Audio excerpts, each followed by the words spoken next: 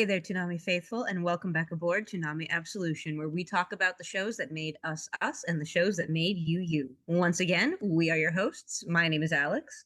I'm Sam. And I'm John, and we're back for more Toonami Super Friends, which, if you were watching last week, is not Super Friends, but the Batman Superman adventures.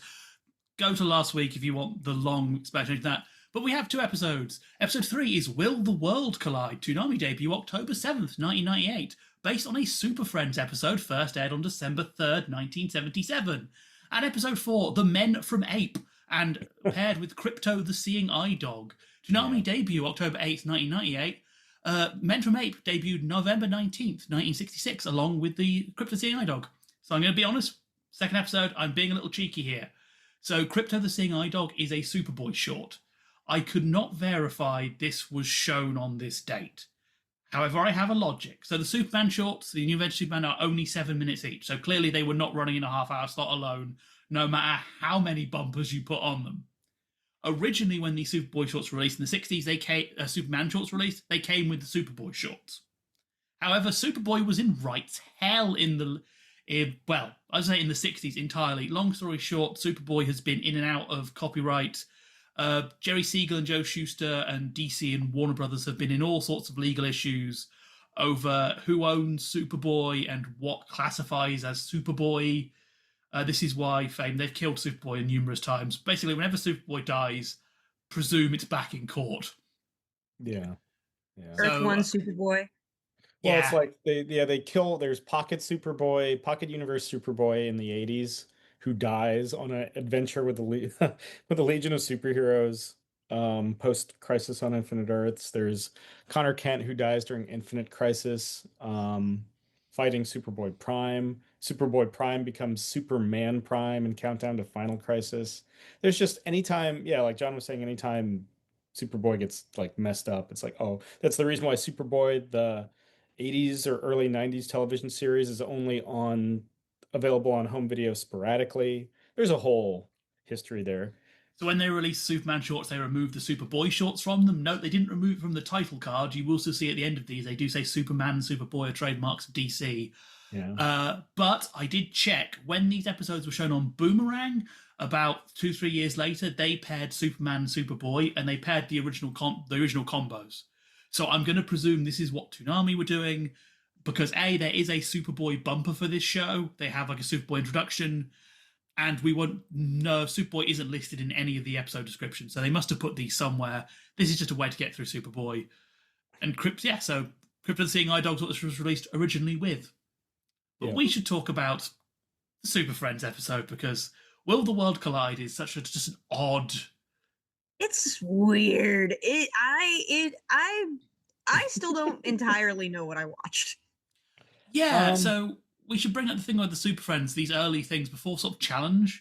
Super Friends didn't use DC villains. They were all new villains, and all of them were designed to have a moral. So this one is about being a good scientist and not destroying the Earth like a good boy. So we have the villain is Fero, who is a mad scientist. Again, if your parents are naming you Fero, you don't have many choices in life. Like, it's that, or you're hosting Svengoolie. Like, it's... And then he's also be a Pokemon evolution, I think. Fero is indeed a Pokemon evolution. That is, Fero becomes Fero. Okay, so it's horror host or furry. Got it. He's working with an alien called Kleezor, who wants to take Earth's place in the solar system because he can charge his weapons with Earth's sun. Earth's sun is so powerful in superhero media. Like, the yellow sun of Earth keeps giving everybody everything, and I like that. I like this heliocentrism in our superhero media. They're coming over here, stealing our sun. Coming over here, stealing our sun, taking our UV radiation. Yeah, but we should bring it. So basically, the big point of this is they introduce the Wonder Twins, and their pet monkey Gleek. Yes. My notes literally for most of this episode are, I fucking hate Gleek. Gleek is Scooby-Doo, but worse, basically, because he's like the animal that does weird noises, but he's so out of place in a cast that already has 7 people. We don't need more characters. Yeah, pretty, because he doesn't do anything, and his punchlines make no sense, and he's just like kind of here. Well, it's all because it's all like nonsense language. So there's that. He sounds like Gloop and Gleep from the Herculoids, frankly. Form of a bucket of water.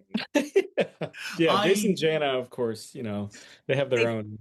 I don't know why I'm doing the fusion dance for it. Yeah, no, it's a ring. Would have been more exciting if it was the fusion. I'll be honest, my main exposure to the Wonder Twins is like all it's like the Family Guy jokes and stuff, and I was like, oh no, so those jokes are surprisingly well observed. This is just what they're like. This isn't Seth MacFarlane being bad at impressions. They do sound this bad. They do sound that bad. Seth MacFarlane does, of course, go for the incestuous joke. Even though they're clearly twins, as the name suggests. They're twins who come from the space circus. Yeah. Which I presume obviously is the one. Incest is involved. There's always, maybe not always, but there's often, Super Friends always kind of had this weird, like, juvenile sidekick aspect to it. And more than just having Robin, they would have like Wendy, Marvin, and Wonder Dog for a while. But yeah, in this iteration, we are getting Jace, Jana, and Gleek. And Gleek, who we're assuming is juvenile. Gleek could be 45 years old and have a family of his own. We don't know. On his home planet, Gleek was an accomplished artist. He was the Olivier of his planet. Yeah. His Hamlet makes you... Gleek was putting some real art into the universe until he got here and his PhD didn't count anymore. Yeah. This makes me think he comes from The Greatest Show in the Galaxy, the Sylvester McCoy Doctor Who episode, because he would fit there. Sure. I don't know why my brain went to the Hugh Jackman movie. The Greatest Show. Not the beloved adventures of the Seventh Doctor, but sure. I love how everything with the Wonder Twins episode is just like, okay, so Wonder Woman, you go do this. Aquaman, you go do this. Wonder Twins, stay here and do nothing. Yes. Like they're flying to like the Doctor's base, and Batman's like, I'm going to put you in a boat and drop you in the sea. Stay here. It's like even Batman is like Batman, the man who sort of has like a veteran's pass to the orphanage. He gets a stamp every time he hits an orphan. He's like, sees these two, he's like, no, out. He gets free Froyo after his next orphan. Yeah. You get one. Yeah, you get a free orphan after you redeem like 9. So. Yeah. Whenever he walks in, they're like, do you want to take 4 or 5 this time just to speed up the paperwork? Listen, Mr. Wayne, if you want to just go through this a little bit quicker, we got a BOGO deal on orphans today. Yeah. It's the little psychic girl as well we have now. Yeah, Gotham Academy loves it whenever Bruce Wayne swings by. They're just like, oh, we can pay the budget for the next 3 years for what we're going to take this man for. Sure, they don't turn back up, but we don't ask questions. Yeah. Once they're out the door, it's all sales are final. Yeah, Gotham City CPS is not a thing. Sorry, back to Jason Jana. Talking of it, I want to bring it. I got to bring this up now. So basically, midway through this, Pharaoh gets an energy monster. It is the 10,000-volt ghost from Scooby-Doo season 1. Yeah, it's just the same frames. Yeah, and then he gets 100%. 5 of them. It's just, I just love that whole thing. That was the highlight of the episode for me. Going, oh man, that was a good Scooby-Doo season 1 was good. Yes, that was pretty much my takeaway. This, not so much. Even though we get Wonder Woman here, but she is in her weird middle school teacher vibe where she just cites morals at you. Like, we can all be super friends. Like, this came like after the 90s run where they went back to her being like a warrior poet, like post-crisis, where it's like, yeah, Wonder Woman comes from a society of people who will stab you. I mean, that's kind of the fun part about Wonder Woman in the DC universe. It's like, after everything went down with Maxwell Lord when he shot Blue Beetle in the head, she's on live television snapping his neck. She doesn't even care. Yeah. I always found Wonder Woman fascinating because Batman and Superman are relatively strictly defined, whereas DC's like, okay, how are we going to reintroduce Wonder Woman this year? Like, what's her morals? What's her line? Like, what lines? Is she clay? Is she the daughter of Zeus? Like, what exactly are we doing with her this time around? Is she all 3? I like when we go full Klingon with Themyscira, where they're warrior poets, and and every wedding we have is going to have a batleth and blood wine. Like, I like that. I love that. I think it sets her apart from Batman and kind of gives them a nice moral thing going on. It's like, yeah, she's like, I believe in truth and justice, but some people don't get truth and justice, and they have to die. Yeah. Because I thought the gods. My favorite thing, actually, just random aside, the post when they updated the DC, I think, Face Rip TTRPG post Infinite Crisis, there was a Wonder Woman book they did, and it gave her a special, because if you killed people in that, you lost like hero points. But Wonder Woman had a special ability you could invoke, which was basically, this guy deserved it. And you could basically tell the GM, like, I think this guy deserved to die, and I don't lose points because of it. And there was no limits on how often you could do that. So you could just like kill everyone and be like, that guy had it coming. Yeah, Wonder Woman is the moral absolute of the DCU. You know what? I'm okay with that. If the buff lady with the lasso is the one making the decisions on who lives and who dies, I think that's the correct choice. I'm Team Diana Prince. I will not oppose this motion. Yeah, exactly. If she looked at me and said, "You deserve to die," but okay. Yeah, you're probably right. The fair cop, governor. Could you tie me up first and then do it? That wouldn't work. I've forgotten this. The lasso is different in Super Friends. Yeah. The lasso is not different. The lasso of truth. It does not. It does do truth, but only once, and only on herself. Yeah. So there's a later episode I looked into this where she's hypnotized by some pirates, but then the lasso works on her because they recreate the Golden Age thing of her making her vow. But any other time, it doesn't work. It does listen to her brain so she can control it telepathically. Here, she uses it to launch a snake through a window, which is certainly a choice. I find this to be a fascinating period in Wonder Woman's overall history, because you're fresh off the attempt to strip her of her superpowers, where, she was like secret agent Diana Prince with like the all-white costume in the late 60s and early 70s. And I think and John, correct me if I'm wrong, is this right before the Linda Carter show? I think so. It may be just when that is happening. Yeah, which kind of, brings it back to like, oh yeah, no, she like battled Nazis and stuff like that. And of course still had powers and everything. Yeah, I always this is kind of that weird transition, many transitionary points for Wonder Woman, but this is a big transition for Wonder Woman, I think, at the time. And to be fair, this is partially Marston's fault, because very famously, Wonder Woman was the Justice League secretary for a while. Justice Society, yes. Because Marston had a rule that he was the only one who could write for Wonder Woman. He would not allow anyone else to write. So they're like, we want her in the Justice Society. She can be the secretary, and she can only act if I am writing her. But I can't write 3 stories a week. So yeah, that's why she was the secretary for many years, because Marston was like, I don't trust you guys. But obviously, then when he sort of leaves, no one is there to pick up the character or sort of understand what the character is, and you go through the 60s and everything goes weird. It's interesting because like you can argue that there's a benefit for writers holding on to IPs like that, because there's a consistency that you can hold on to, but there's also, in the world of comic books, inevitably your IP is going to outlive you, and you're going to somebody has to know how to make this work. And if they can't, then the character goes on cold storage until they revamp it. So it's in the comic book industry is so interesting in its evolution because of how these characters come into being. Like you saw, like when Jack Kirby was moving between companies, and when he killed off all of the Asgardians at one point. It's also like how there was an entire period, and this right around this period, frankly, if I remember my DC Comics history, like after Jack Kirby left DC. Nobody could figure out the New Gods. Nobody could figure out the New Gods. You could make the argument nobody can still figure out the New Gods. I like Mr. Miracle and Big Barda, though. I've always been, and of course, everybody likes them. Everybody loves Mr. Miracle and Big Barda, like because you're correct.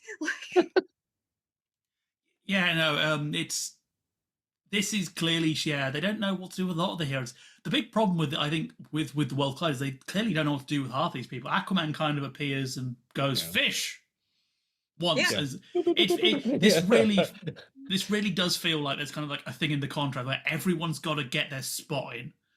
So we have to come up with increasingly bizarre. So Batman and Superman are easy. We can have him punch something, and we can have Batman pull out his bat stick or something.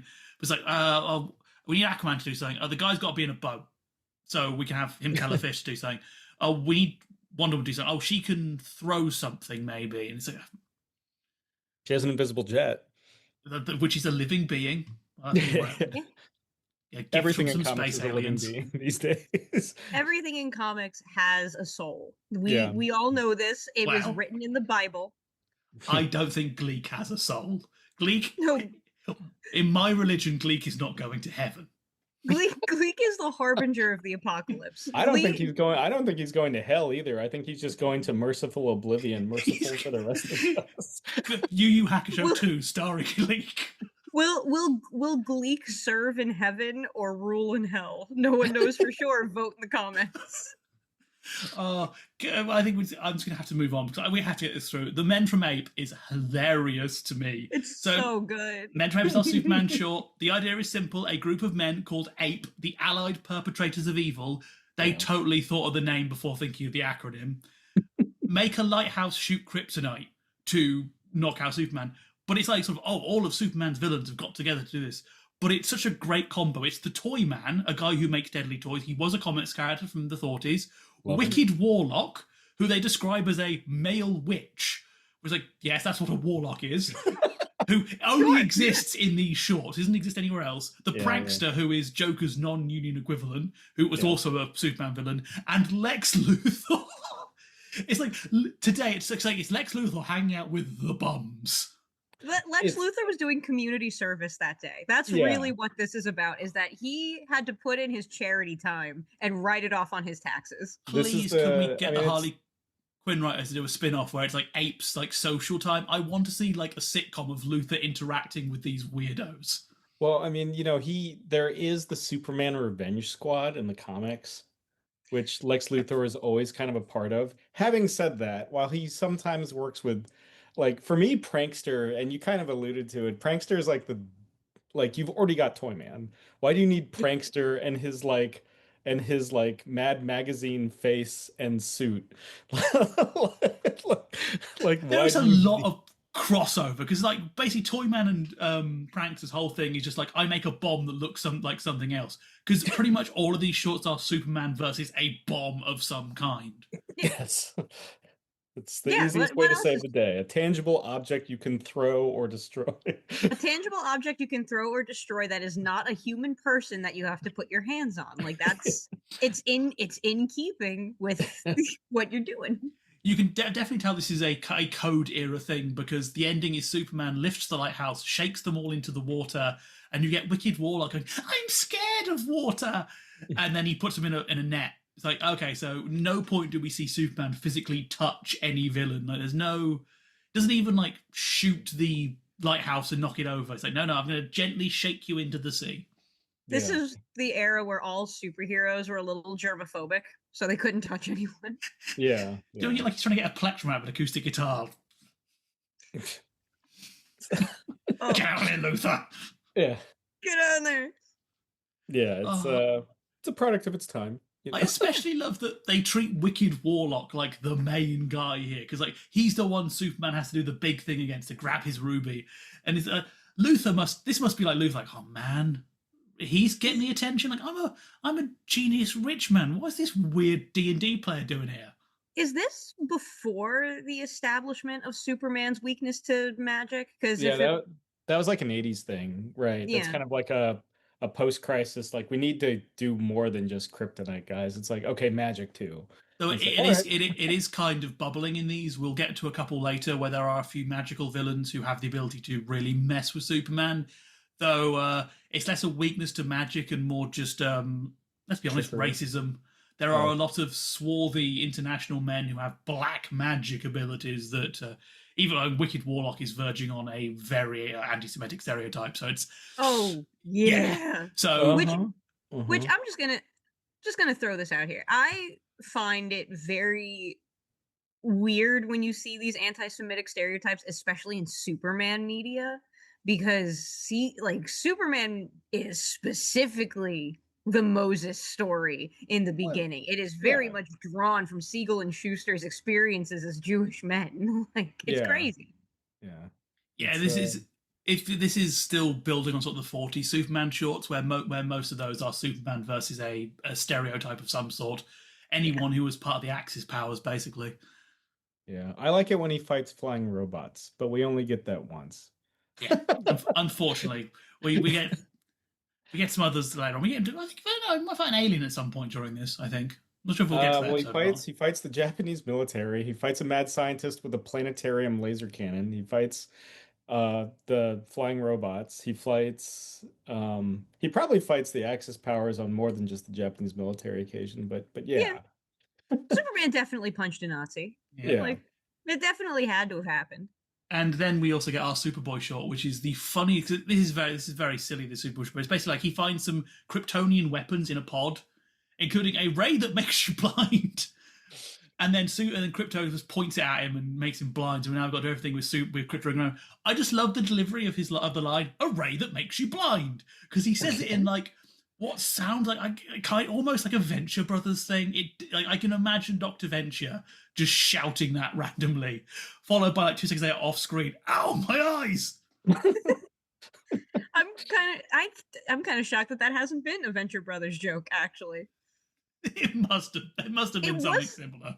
There was a joke similar to this in Dispatch, which I cannot claim that this would be informing that, but there is a sign where it's like, she temporarily blinded me. Bitch, you're blind forever. We should write to them and ask them what their opinion of Krypto is. Dear Dispatch creators, did you ever watch this piece of Krypto Lost Media? Do you like Superboy, yes or no? Y/N. I rigged it. Just the finger pointing emoji. Yeah. We're going slightly mad with these, and these are the most sane. These things get weirder from here. I hate to tell you. They front loaded their re-edits, you know. I'm kind of excited for it to get weirder. I feel like we're in this place where it is weird, but it can be bigger. You know, like I'm having the Gordon Ramsay moment where it's like, it's not, you don't have enough salt on it. You know what I mean? Like, I'm ready for the salt. That's because we get to this. We have a Super Friends episode, which is vaguely sensible here. We don't have Batman being weird. I just realised this, because this was before Dragon Ball Z, this would mean we'd get a double dip of Monkey. And now Toonami didn't do a promo where it was like Gleek and Goku together, because that would make sense. Both monkeys. Yeah, Dial M for monkey. Yeah. You could have easily tied it into that.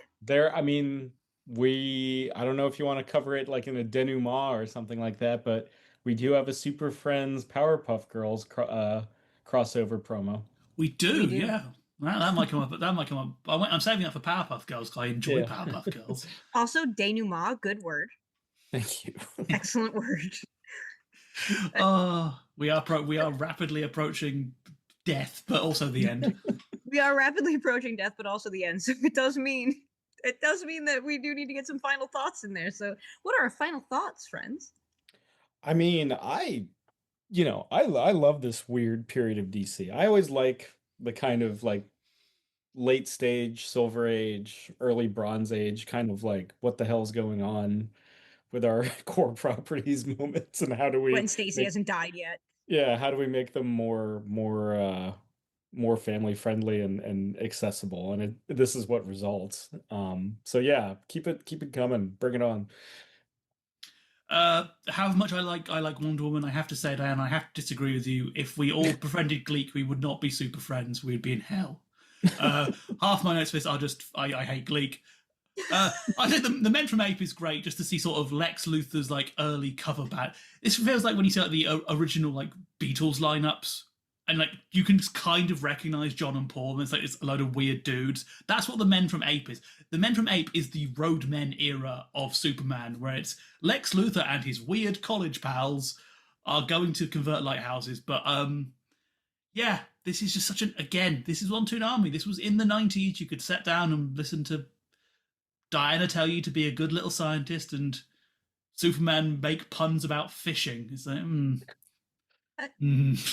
You know, I am on record for liking weird stuff, and this is pretty dang weird. Like it's pretty dang, but it can be weirder, and I think that's where like I said earlier, where my hesitancy is. I'm so excited for how much more insane and weird these are going to get. I think that's going to be where it hits more for me. I do like the visceral memory I have of the Wonder Twins being reactivated, because I did forget they were a concept. You blocked them. Yeah, Wonder Twin powers activate. Yeah, of course. I blocked them out of my memory for like a decade, and now all of a sudden I am reminded of many different. Like there was a weird bump at one point where like Jace was like Wonder Woman's bathwater for something, and I can't remember what this was for. That was Family Guy, I think. That was another Family Guy.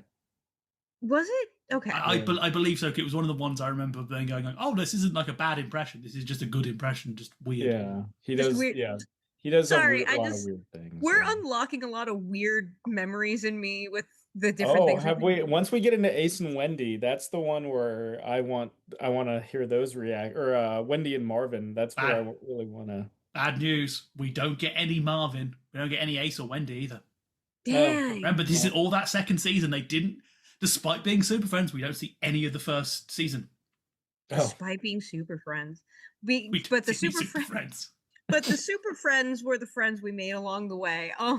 But that does mean we've pulled into our final destination. That's right. It is time for us to disembark from Toonami Absolution.